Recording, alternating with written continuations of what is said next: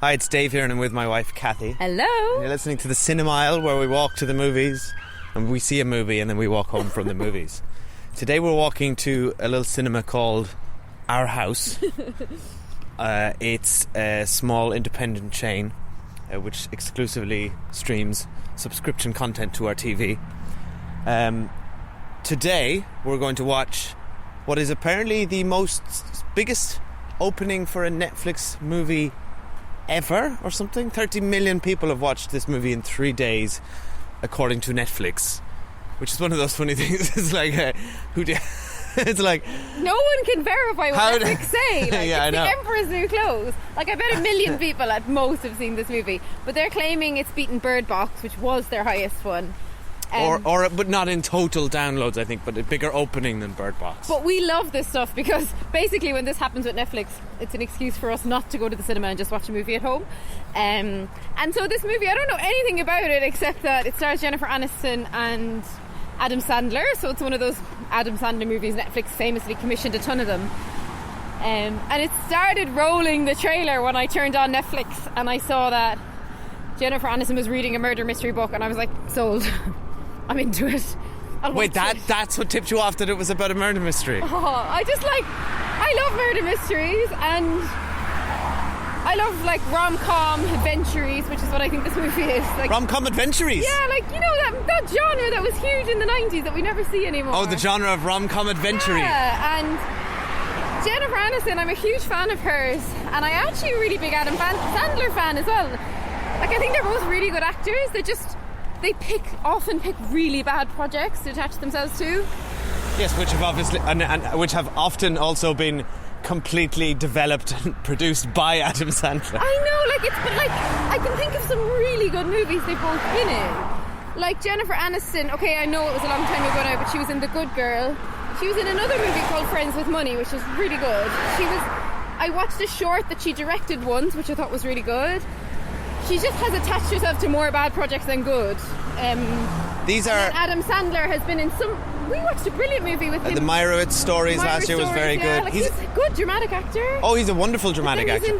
But he's also shite as well. I actually think, looking back at his career, he's a very funny guy as well. He's definitely like his stand-up's very funny. He's written a lot of like quirky, weird, original songs. I think on the ukulele. That was his shtick back in the day. So I'm excited to see them both. But don't forget, like the early Adam Sandler stuff, like when he was at his peak in the 90s, had a huge audience, and it was really funny. We know Netflix commissioned movies by algorithm. It just kind of got worse. Like I don't know what happened. It's an interesting trajectory, and I think Mike Myers went through a similar phase, you know, when he was, maybe its tastes change and their styling doesn't, but like when you think of like Austin Powers and Wayne's World, and then you go to The Guru and he's trying to do the Love Guru or whatever it was, and he's trying to do the same shtick, but nobody's buying it anymore. Jim Carrey had a similar trajectory, so it's difficult for these people to try and reinvent themselves in many ways. But that's why they should just pick projects that they haven't written and produced, because someone else can write the good stuff. You just have to act in it. Like, but they're constantly trying to be these like auteurs or whatever they're trying to be, and like just let Mike Myers could just be in a good movie. He doesn't need to make his own shite. You know what I mean? But here's the question, right? Who's doing, away from Mike Myers and back to Adam Sandler, who's doing life right?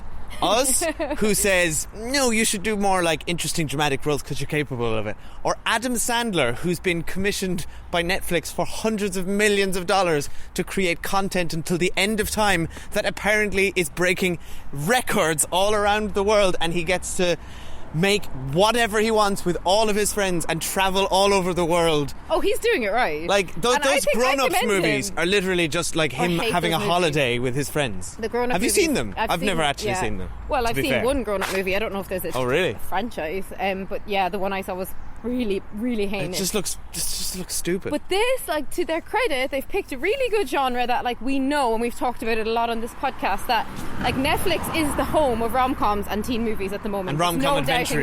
Yeah, rom-com adventure movies, which I love. And Jennifer Aniston is the queen of rom-coms. She's amazing. She's never really been in a good one, but she's been in lots of them. So how's she the queen? How can you be the queen if you haven't done anything If you're good? talking quantity, not quality, she's probably beaten Julia Roberts. Unless she's literally inherited it, like queens do. And I'm sure I've seen them in a movie together before. And Yes, was it Along Came Polly? Or is that Ben Stiller? That was Ben Stiller. Anyway, I'm sure I've seen her. All and right, Adam let's look Sandler this up when we're not live on together. the podcast. But I like them both, and honestly, I love when Netflix do release a movie like this because it's just fun to sit at home and watch a movie that like other people are going to watch, and I'm presuming there's going to be I hope there's some laughter in it. You said the same thing about Bird Box, which was such a waste of my time. And I fear that it was the same thing's going to happen here. However, I'm a lot more optimistic here because I have no expectations for this, and I actually do like Adam Sandler and Jennifer Aniston, and I think they'll be quite enjoyable together. And murder mysteries are fun. Murder mysteries. So my favourite TV show was Murder, She Wrote. This movie has to do very little to please me right now. And Whereas I'm really Bird tired Box, this evening, so I just want to sit down and have fun with the movie. And I saw that it's only an hour and a half, so like massive tick. Perfect, right. Well, and interestingly though, to Netflix, we were saying they could be lying about box office numbers, who knows. But we have this very common they're trend. not lying, let's face it. Well, they're probably not. Basically how our podcast episodes go in terms of downloads, it's always the bigger the box office, the more downloads, which makes sense, right? Because the more people have seen the movie, the more people will listen to the podcast. Oh, yeah. And Bird Box is one of our highest episodes. Oh! Netflix ain't lying. So you think that we are the only independent adjudicators to keep Netflix in check? So we got this. The best movies, we go to the small independent ones. Sadly, no one listens to the reviews. Okay, so we're off to watch Murder Mystery. Bye. Did you ever fool around on a boat? I just lay here and the boat does all the work. There's been a murder! Should we pull it out? No, it's a foot long now. Will you listen to my husband? He's a detective. I'll put it back. Don't put it back.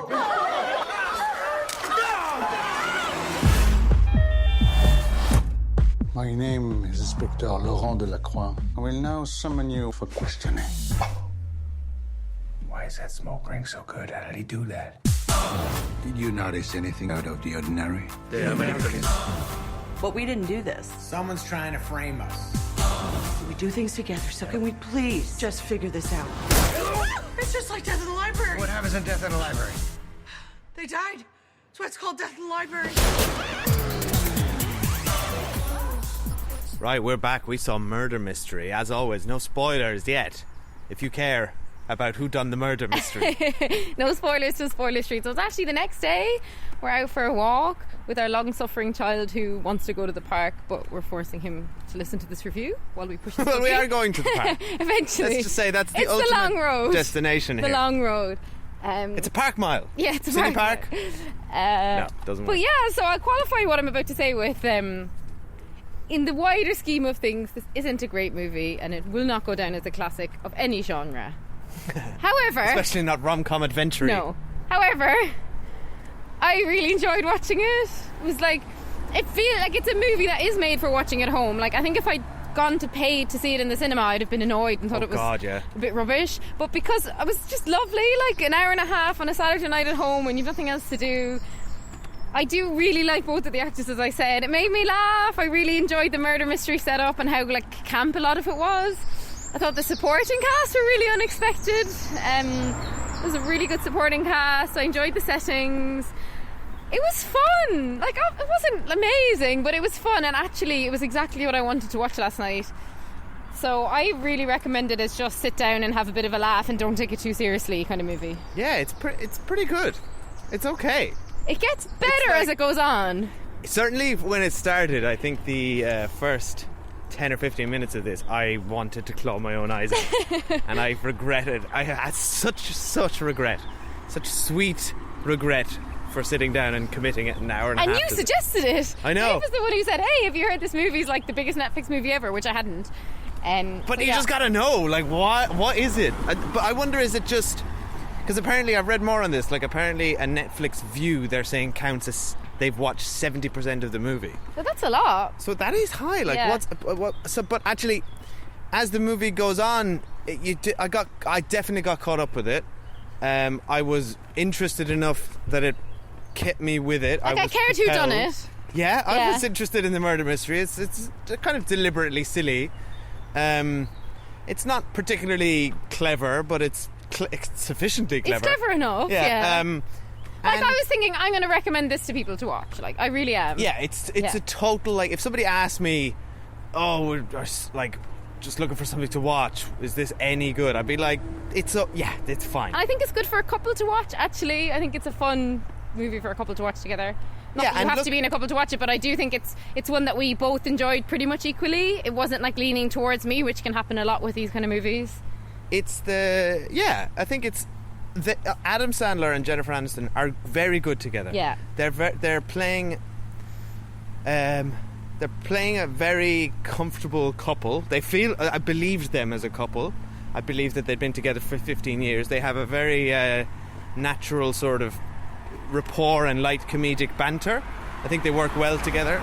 And I think Adam Sandler, I prefer him when he's doing this sort of laid back average schmo role. He's more downbeat in this movie than the over the top water boy sort of squeaky voice. Adam Sandler I much thing, prefer him in this. Quite enjoy. And she's kind of just doing what she does best. Basically, you kind of feel like being herself, really. And they really had equal billing. Yes. It was I watched the trailer afterwards on Netflix out of interest. Okay, don't ever watch a Netflix trailer if you haven't seen a movie, because it gave away the whole entire movie.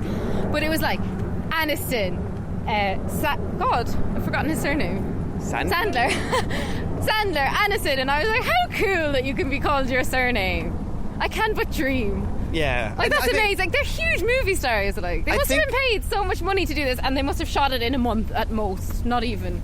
But it looks like, I was expecting this to look a bit cheaper as well. It looks like they actually shot this on location in Milan, possibly Monaco, or at least they very cleverly picked maybe one European city. Yeah, they shot some of it in Europe for sure. Some of the location shots looked like they were on location in Europe. Well, it's like that movie Couples Retreat. Like, Adam Sandler won't do this shit unless he gets a good holiday out of it. Like. Exactly. Why wouldn't you? Like, and then we've got Luke Evans in it, who I think is my current favourite actor. He's always great. You Gemma Anderton. Who else was in it? Gemma Arterton. Yeah. Briefly David Walliams. There was loads of people. So yeah. Anyway, let's talk about them a bit more in we'll Spoiler Street. Yeah, I think we should just get to Spoiler Street. Okay, let's just go there. But before, actually, I know I just said that, but before we get to Spoiler Street, I really enjoyed the setting of the murder mystery and how hammy it was. I think if you are going to do it, you should go this hammy. It's deliberately playing with the conventions of the murder mystery, and even, you alluded to it in the start. It has Jennifer Aniston reading murder mystery novels, so it's very much tipping its hat to that kind of stuff. There's an Orient Express reference in here, things like that. Yeah. But thank you.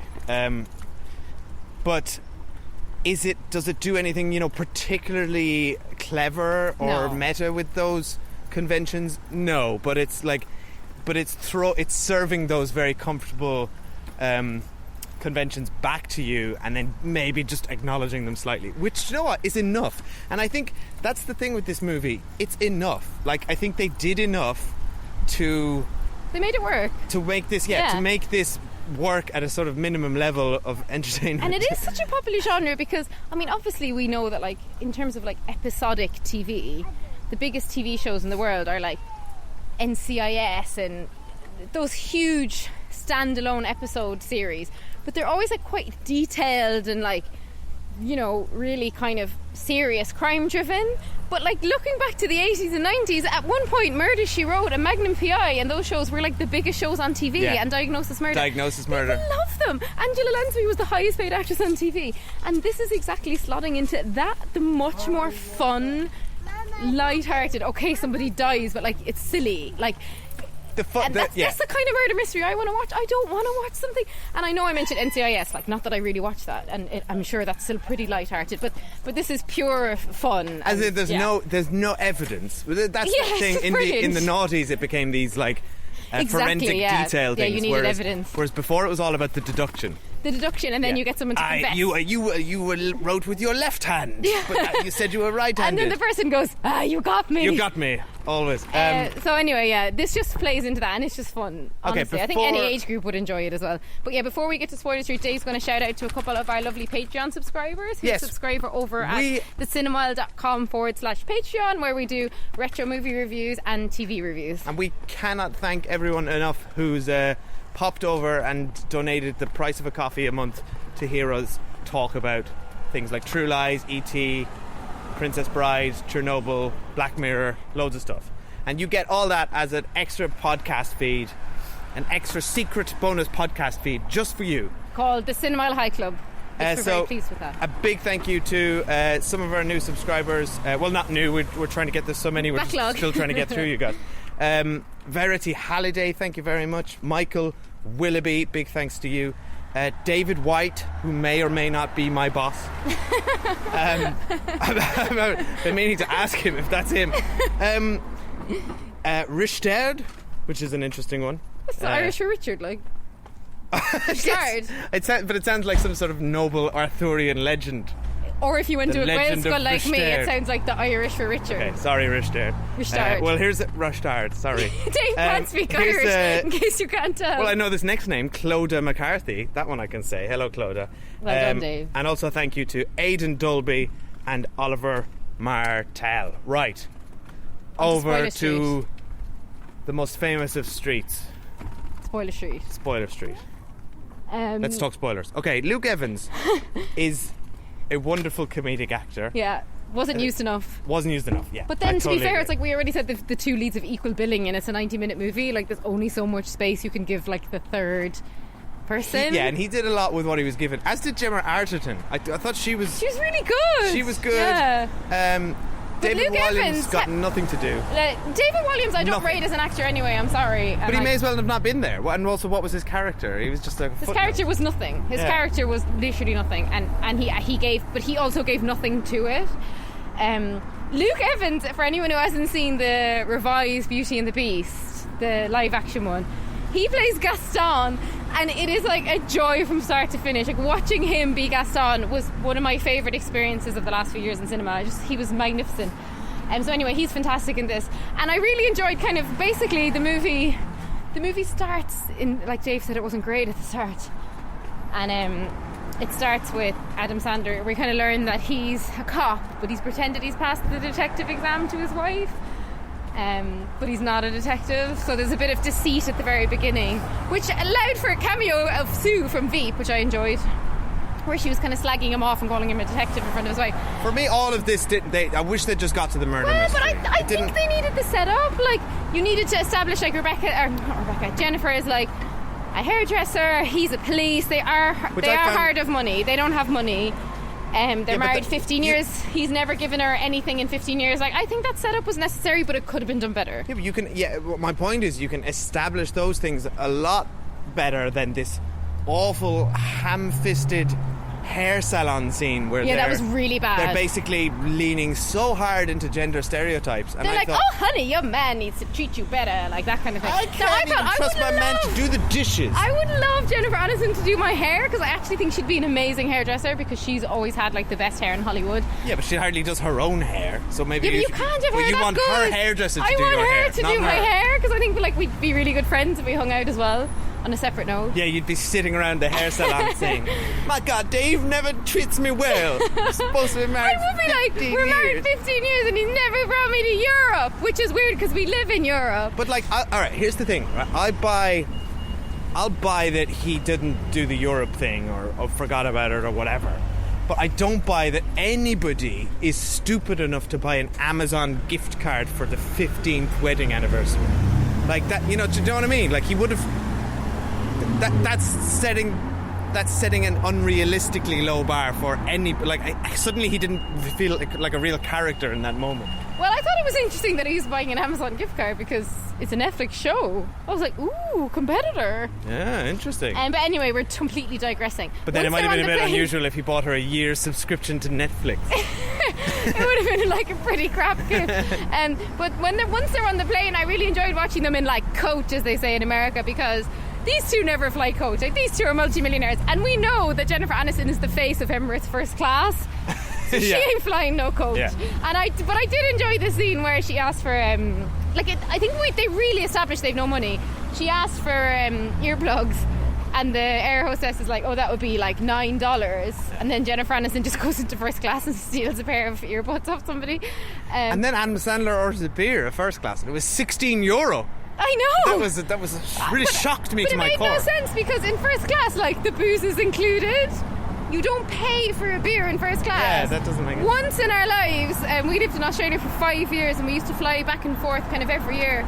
So we accrued a lot of points in the 5 years we lived there. And on our very last flight, when we left Australia, we had enough Emirates points to get to business on one leg of the flight. So, like, best flight ever. But yeah, we weren't paying for the drinks. But you don't even pay for drinks in economy with Emirates, like. So I don't know what, like, you get all your drink included. So Who I were know they what, flying? Was it a I real don't know. airline? But it makes no sense if they were flying such a budget airline that then the budget airline had like a beautiful bar that like this millionaire was flying in. Anyway, also, why did he invite them if not to... Like, I thought the whole time that he'd invited them to pin the murders on them. No, I think he just invited them because, well, A, Jennifer Aniston's like the hottest woman on the planet, so he probably took a shining to her, and B, he just enjoyed their like regular Joe shtick. I don't know. I don't buy. I didn't quite like get It's like they were a novelty. But I didn't quite get a sense of like Henry Cavendish's character. Do you know what I mean? Of course you didn't. It's a 90-minute rom-com, like produced by Adam Sandler. It's a rom-com adventure-y. But anyway, once Luke Evans invites him onto his uncle's yacht because the uncle stole his girlfriend and he's marrying the girlfriend, and then they all go on the yacht, and we were like, oh, so the uncle's going to be awful and someone's going to murder him, and it happened really quickly. But I like lights out, knife in. I like that it just played out as expected. Yeah, like, same. I wanted that to happen. You don't really expect surprises at this stage. You like, it has to be the baddie that everyone is motive against. What surprised me was how quickly they got off the boat. I had actually thought that the whole murder mystery, in like the truest form of that kind of murder mystery, would have all been set on the boat. Yeah. So I don't know why it wasn't. I don't think that it did it any favours once they left the boat. I wonder if they had some sort of sponsorship with like Formula One. Or the Europe Tourist Board. Yeah, there's a lot of Formula One mentions and visual placement in this. But yeah, I mean, it was just fun, and then they all kind of start dying one by one. Well, there was a very prominent Ferrari towards the end. Yeah, there was clearly a lot of product placement in it. But yeah, that was my only kind of quibble, is that I think they should have set it all on the boat. What do you think? I mean, I don't know. I don't like... It's just to be true to the genre, you know?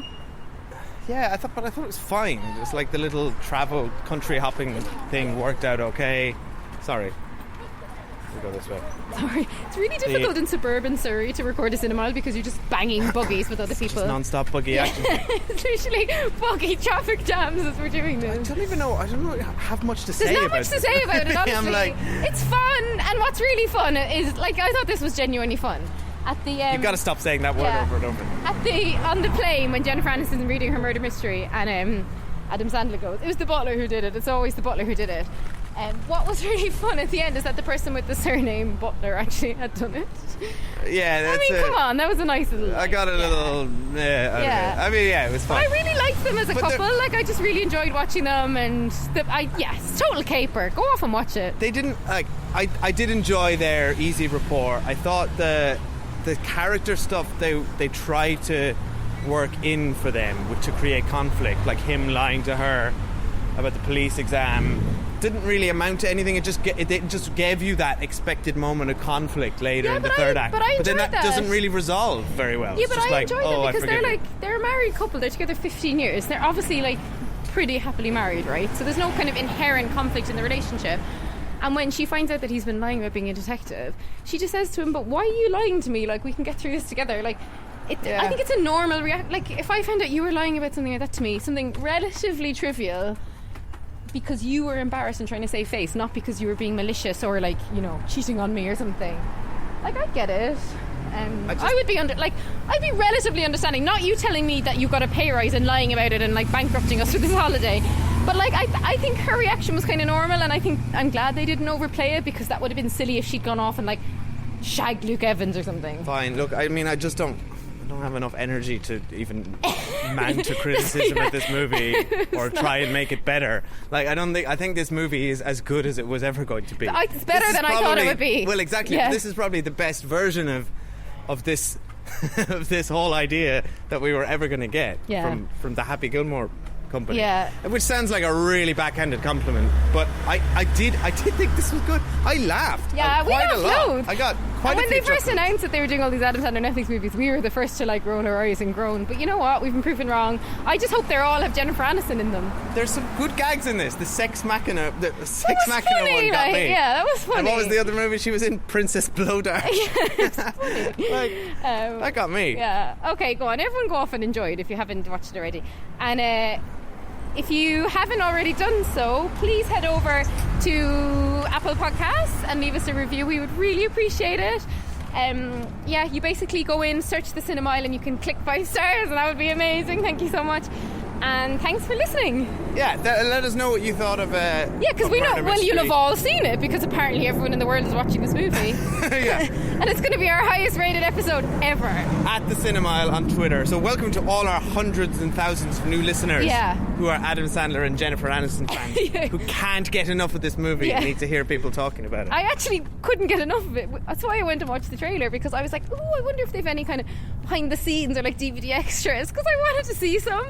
And then no, Really? it was just the trailer, which I watched kind of pathetically.